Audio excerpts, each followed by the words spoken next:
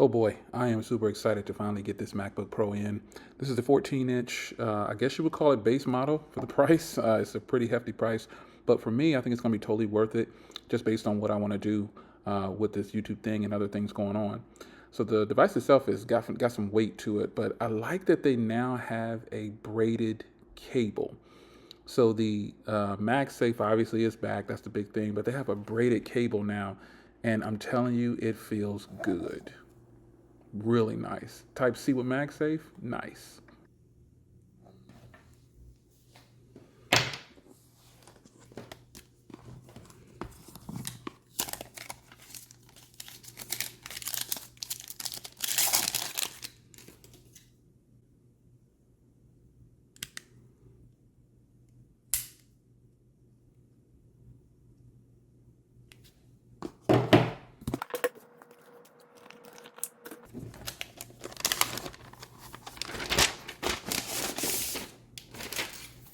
Now, before I get to the rest of the video, I had to look at this hardware, man. It is absolutely fantastic.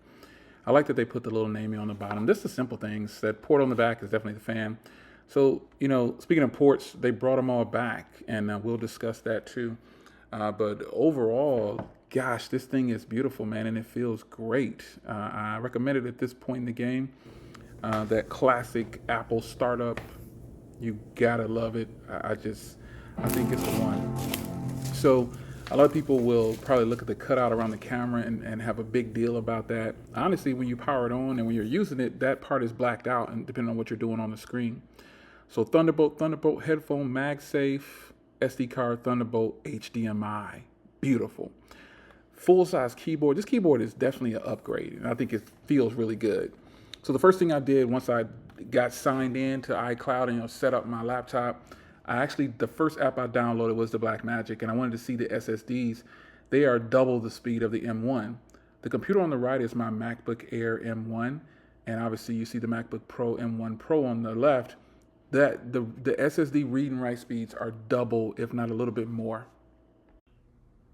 So one thing I cannot make fun of anymore is the camera that's on the MacBooks. This one has been upgraded to a 1080p camera, and it actually looks really good in comparison to the 480p or even 720p cameras that are on some of the other laptops. And I'll show you what I mean. I'm gonna go ahead and show you my MacBook Air M1's camera, and you'll see the difference. Now these cameras on the MacBook Air almost look a little grainy, or the colors, their colors are a little different as well, but it looks a little grainy for my taste. And this would do though. I don't really use these, but I'm glad they finally updated the cameras on the MacBooks. Now another thing I wanted to test was the speakers on here from my MacBook Air M1 to the MacBook Pro M1 Pro. I know the MacBook Pro series, these are different series, but I don't have a MacBook Pro M1. So I'm going to test the speakers here and just show you I've got the volume cranked all the way up on both. And you're going to hear a huge difference in sound quality. And if there might be someone out there who has a MacBook M1, MacBook Air M1, and they're thinking about moving to the MacBook Pro M1 Pro, and I think you'll be happy with what you see. So check this out.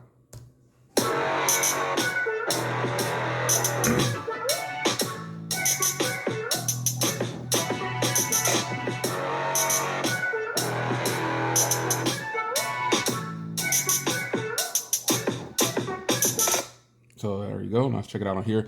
Now, I don't know how well this will come across with the microphones, but I can guarantee you that these microphones or these speakers on here are just ridiculously good. So just kind of bear that in mind if you're considering this. The speakers are going to be just incredibly different in sound quality when it comes to these two devices.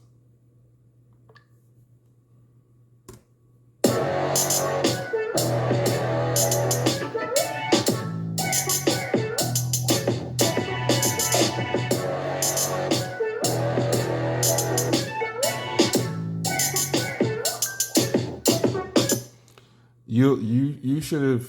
I mean, I don't know how well it comes across over over video, but I can tell you that it is definitely a difference and a huge improvement for what I was listening to on the MacBook Air M1. A lot better. Now the display on this thing is absolutely great. I mean, the footage in 4K is just beautiful at every angle.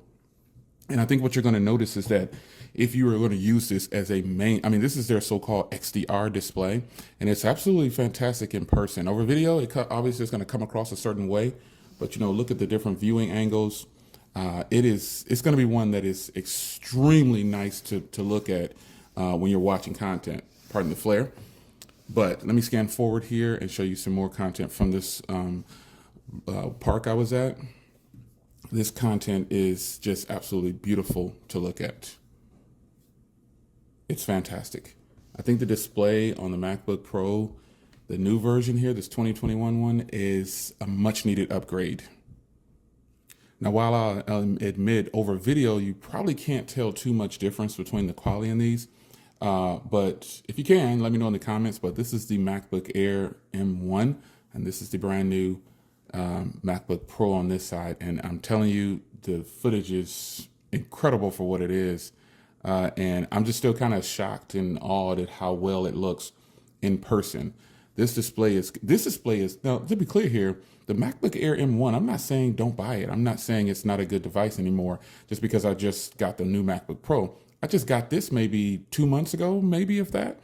And I don't plan on getting rid of it. I plan on keeping it because, why take the L like that?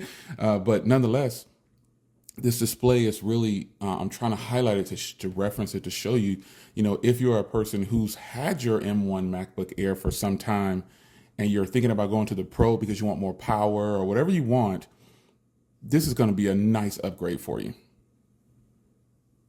So if you're wondering about the keyboard, they took away the touch bar, and I'm one of those users who I didn't really care for the touch bar anyway, because I enjoyed the function keys. And so now what they've done is they've pretty much given you back what you wanted, I guess, by adding the function keys and then giving you controls over the function keys here. Aside from that, this keyboard, typing on it, the way it feels, it is actually really good, and it's just not a sales pitch. And I'm referencing the MacBook Air M1 keyboard because this is the closest thing I have to this device, and it's just a night and day in the performance in these two keyboards. And I kind of little small things like the black background highlighted on here. It appears that it's not separated, but these keys are really nice, man. And typing on them for a long period of time, I think you'll be okay with it. I can't say for sure that you will, but I'm coming from using a MacBook Air M1, and it's just a completely different tactile feel when typing on the keyboard. This is a very nice keyboard. Well, folks, I am impressed. I am extremely impressed with the MacBook Pro that Apple has put together.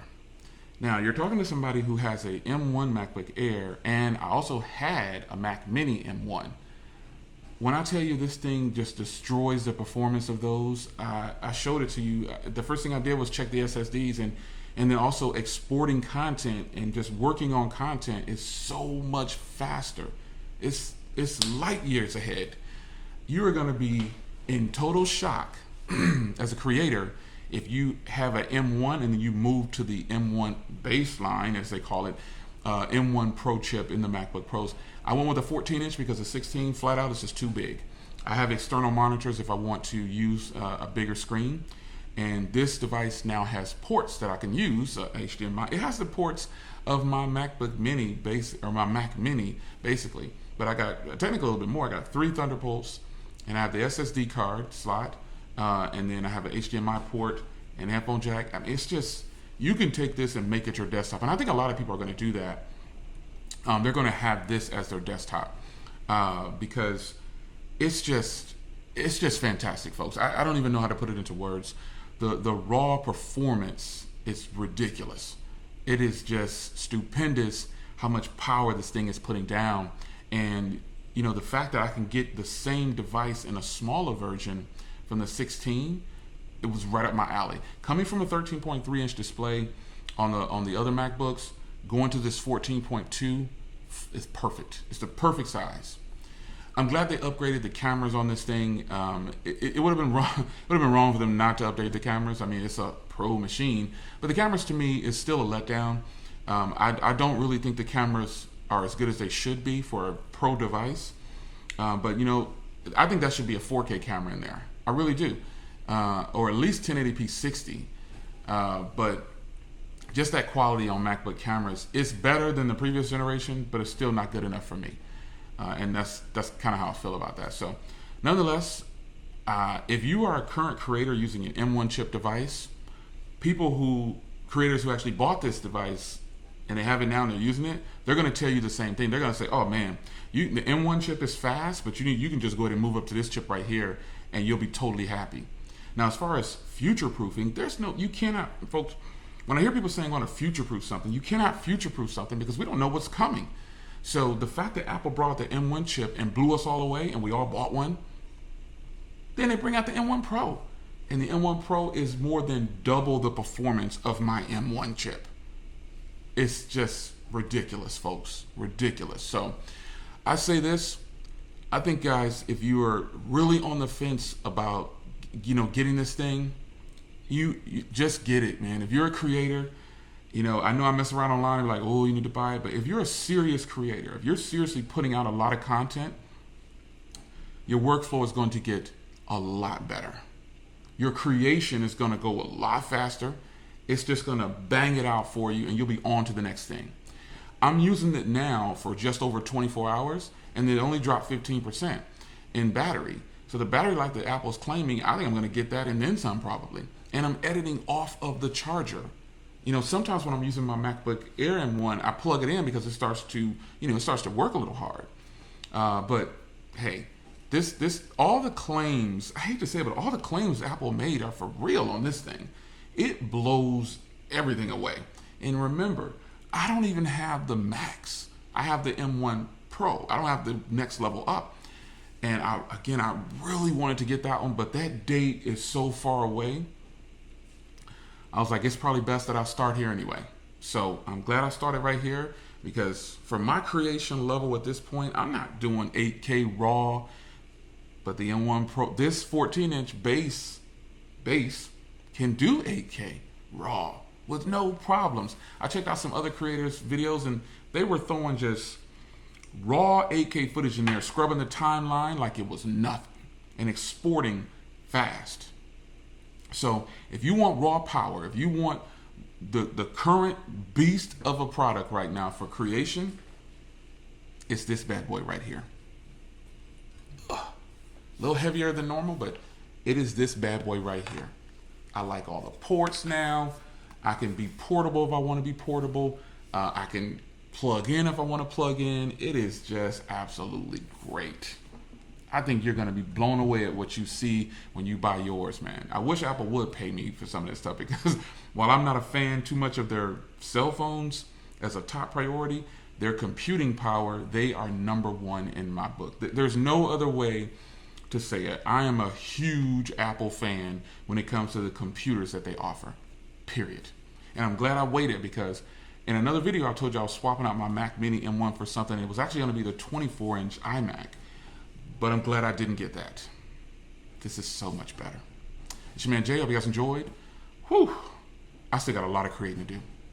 It's fantastic.